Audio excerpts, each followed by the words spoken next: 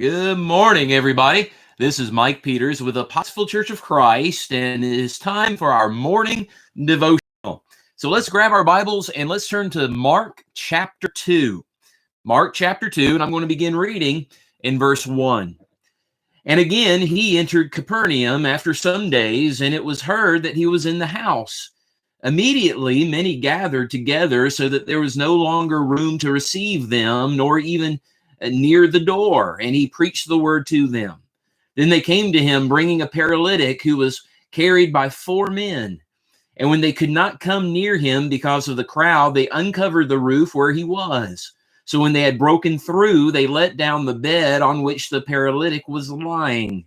When Jesus saw their faith, he said to the paralytic, "Son, your sins are forgiven you." And some of the scribes were sitting there and reasoning in their hearts, "Why does this man speak blasphemies like this? Who can forgive sins but God alone?" But immediately, when Jesus perceived in his spirit that they reasoned thus within themselves, he said to them, "Why do you reason about these things in your heart? Which is easier to say to the paralytic, 'Your sins are forgiven you,' or to say, 'Arise, take up your bed and walk'?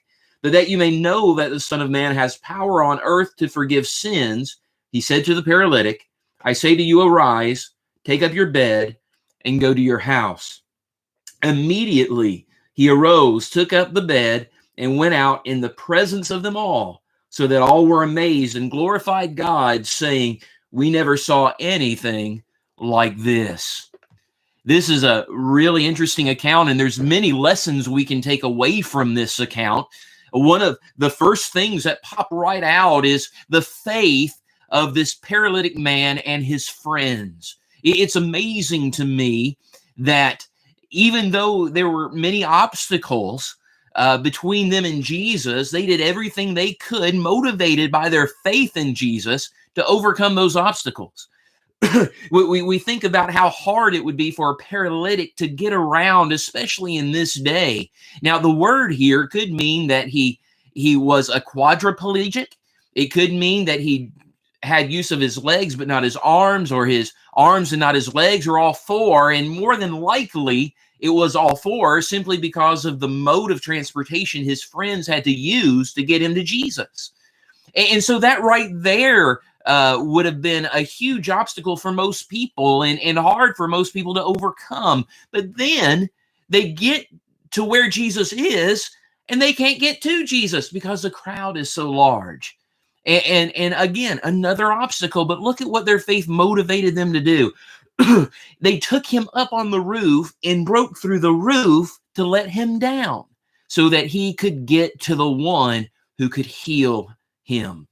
And that leads me to a second thing.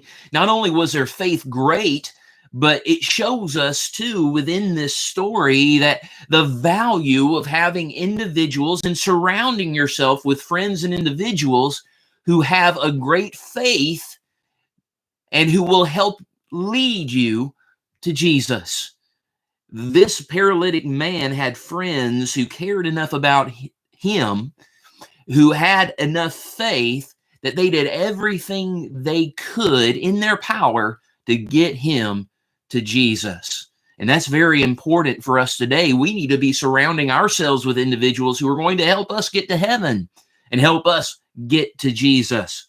But another thing I see here in regards to the critics, I see a contrast here. Here's a paralytic man doing everything he can do in order to get to Jesus. And here are these religious leaders watching all of these events happen.